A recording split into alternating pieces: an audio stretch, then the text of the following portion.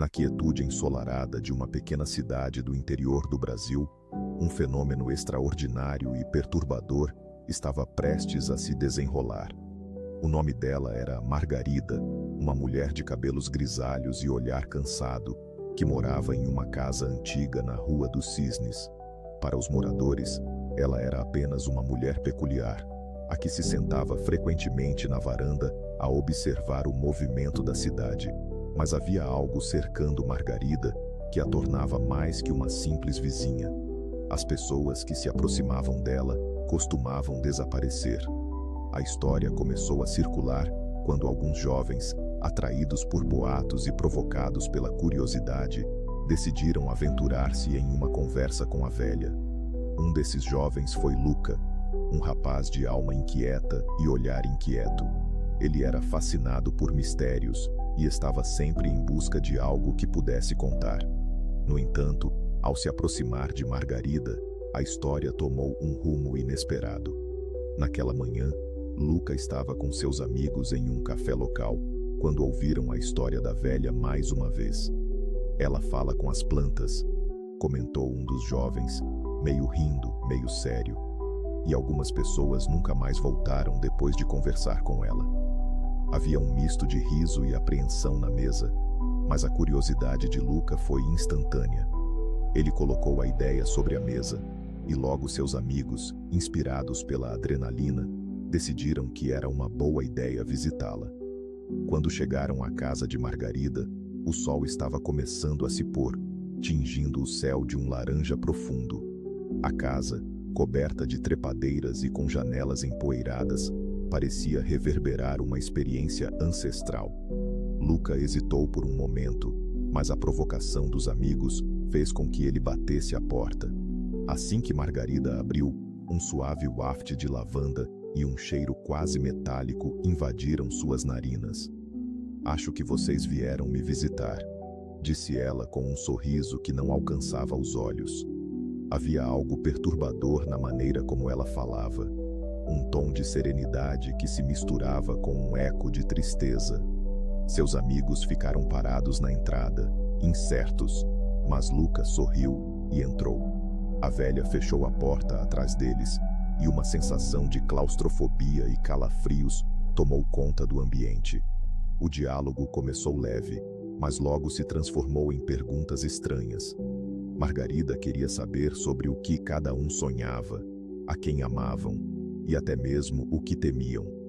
Luca, em sua ânsia de se mostrar corajoso, respondeu sem pensar. "Eu tenho medo de nunca saber a verdade", ele confessou. A velha sorriu de maneira enigmática. Depois de algum tempo, suas conversas se tornaram cada vez mais estranhas, como se um véu invisível estivesse sendo erguido entre eles e Margarida. Luca sentiu a necessidade de tocar algo profundo dentro de si, algo que ele não entendia, o que fez com que os outros se afastassem gradualmente. Uma hora depois, seus amigos começaram a se inquietar. Algo não estava certo, mas Luca estava hipnotizado. Para ele, Margarida parecia conhecer os segredos mais profundos de sua alma. "Ninguém realmente desaparece", murmurou a velha, quando percebeu o nervosismo crescente dos amigos. "Às vezes, as pessoas apenas escolhem se esconder na verdade." Com essas palavras, um tempo sem fim se passou. Quando Luca finalmente se deu conta, já era noite e seus amigos estavam impacientes. "Vamos embora, Luca. Já está tarde", disseram, puxando-o para fora da casa, mas Margarida o segurou pela mão. Ele ainda não descobriu. Naquela noite, quando os jovens deixaram a casa, Luca parecia um pouco diferente, como se um pedaço dele tivesse ficado para trás.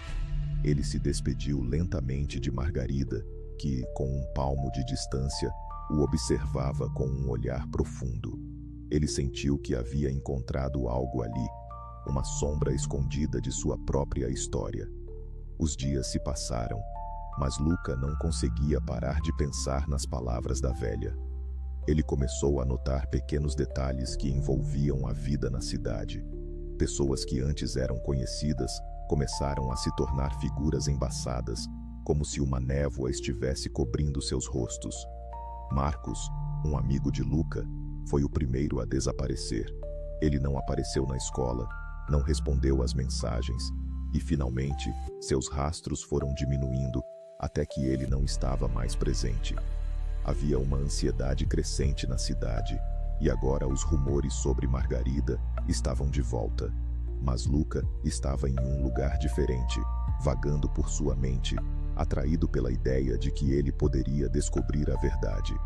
Então, uma noite, ele decidiu voltar a casa. A escuridão encobria a rua como um manto opressivo quando ele se aproximou da porta de Margarida novamente. Quando a porta se abriu, ele percebeu que a casa parecia diferente, mais vazia.